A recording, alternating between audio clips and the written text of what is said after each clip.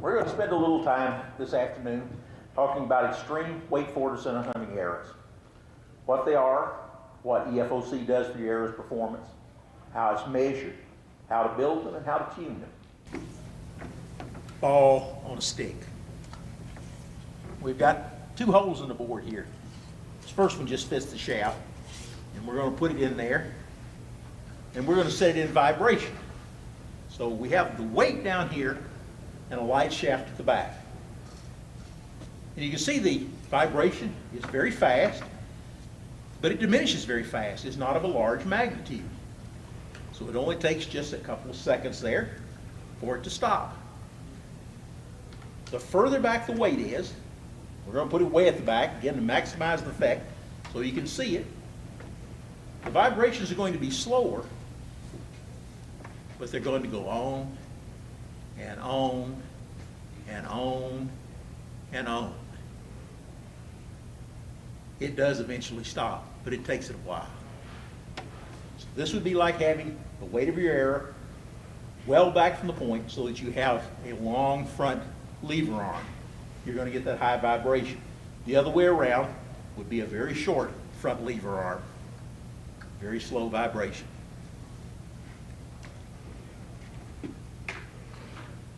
So that was just a ball on a stick. What happens if we take that over to real arrows? Here we have two arrows, same shaft. They weigh exactly the same. All that's different is the weight distribution. This one is at 8%, and this one's at 30%, or 31%. I can't read my own writing. So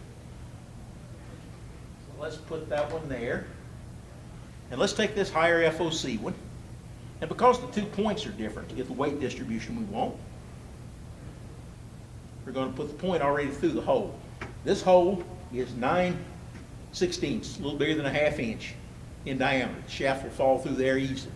And we're going to pull it way over and set it in motion, and we're going to stopwatch it.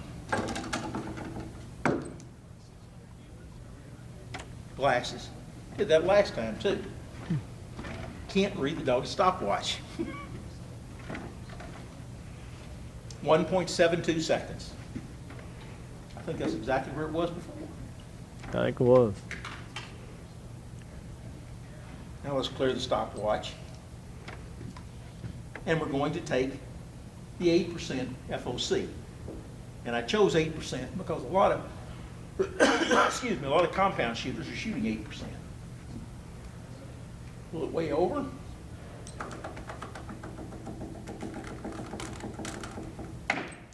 .44 seconds. So having the weight at the back is causing those big vibrations. And if you thought of that, if you had a 9/16 hole to a scapula, you'd think your arrow would pass through it easily with no resistance. But if you're getting that big vibration, you can see that you would have some arrow drag in there.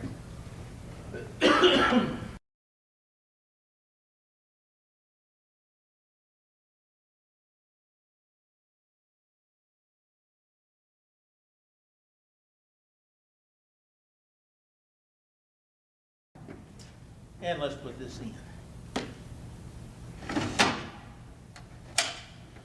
what we have here, laminated between this, is a little opening with a single thickness of paper. And we have a shaft here with a very small broadhead on it, well sharpened, very thin, regular broadhead shape, little tanto point underneath. And we're going to take a long lever arm, and we're going to see if we can get through there. Look at the flex in the shaft. Ooh, and it don't even want to go through there. Oh, finally made it. Shaft had to bend a lot before it does it. So now we're going to take this out, and we're going to put just a little more resistance on there.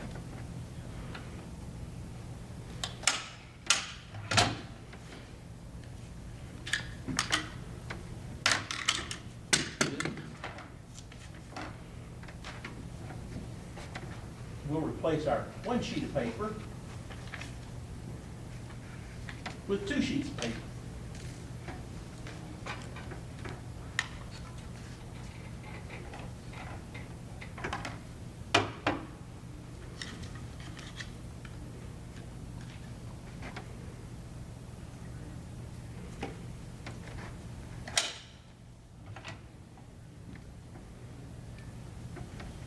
this is just regular, ordinary copy paper, cheapest stuff I can buy at Walmart. And let's put it against there. And from way back here with our long lever arm, ooh, it does not want to go through 2 sheets of paper. The shaft would break before it would go through. So let's stiffen that a little bit. A little shorter lever arm. Going to bend again. Might have to go a little shorter than that. Oh, still didn't quite make it. Somewhere in here, it's getting stiffer every time we move our hand forward, shortening that forward lever arm. Let's go a little shorter, a little shorter. Oh, there it goes through. So once we get it short enough, it goes through fairly easily. Shortening that lever arm against the increased resistance. So let's up the price a little bit on this. Let's see what it takes with 3 sheets of paper.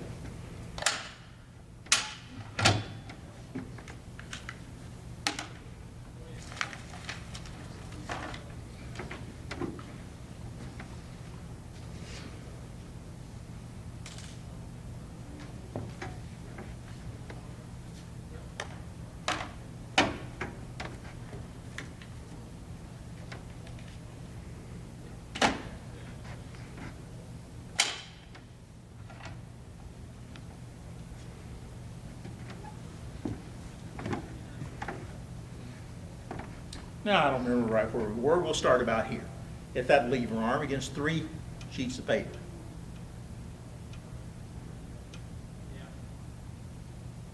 Okay, let's shorten her a little more.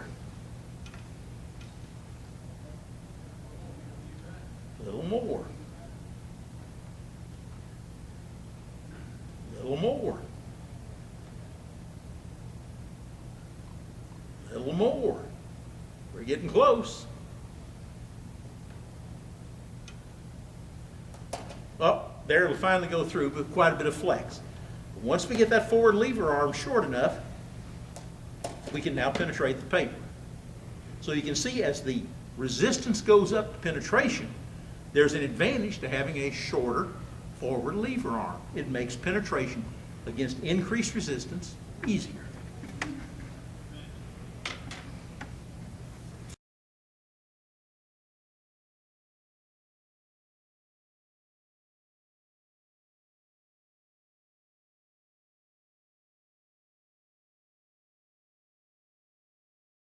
Place good.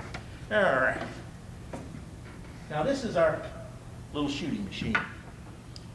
And you can see a few features of it here is that we have a bar back here to check the draw length so that we can't fudge the draw length.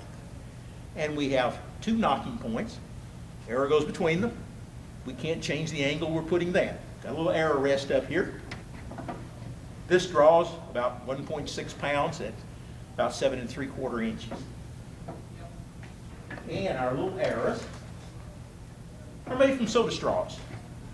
Now they're a little overspined for this and they're quite heavy for it. These 2 weigh 41 grains apiece. One is 8.6% FOC and the other is at 21% FOC. Like I said, these weigh the same, they weigh 41 grains. This one weighs 49 grains, so it's 20% heavier. And all the extra weight is sticking out the front out here. So we've really put a load on it. And it is at about 31%. It's 30.9, it looks like, percent. And we're going to shoot these and see what happens. And now we're going to lock our shooting machine in at a given angle so that it can't change. So there's no fudging the shooting. Everything is locked in place.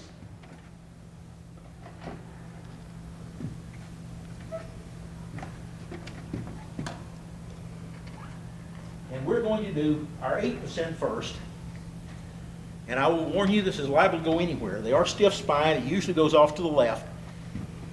But what's going to happen is that that weight is going to tend to try to get to the front of it. And it's going to make it deviate off. Now, if these were tuned, you wouldn't get quite as much deviation, but the effect is still there. So we're going to get it between our knocking points. We're going to pull back,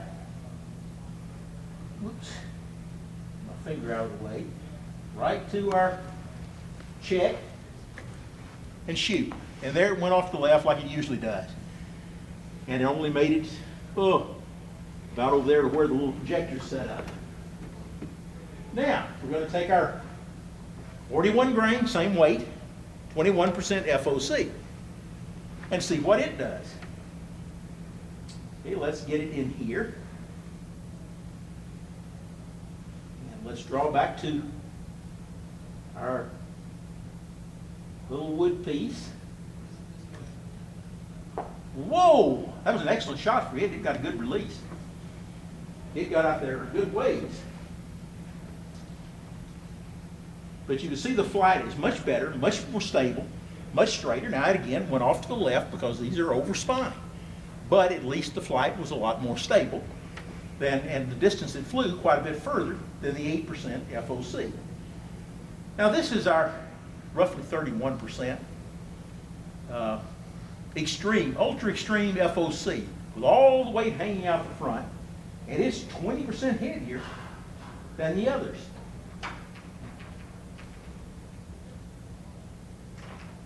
Ooh, almost slipped out of my fingers there. And it went all the way to the wall. Now wait a minute, it's 20% heavier. How can it go all the way to the wall? It's not supposed to do that. Everywhere you read it says if you've got this weight hanging out front, it causes the air to nosedive. It doesn't look like that one nosedive. It shot about, what is that, 20% further than the lighter air, even though it's 20% heavier.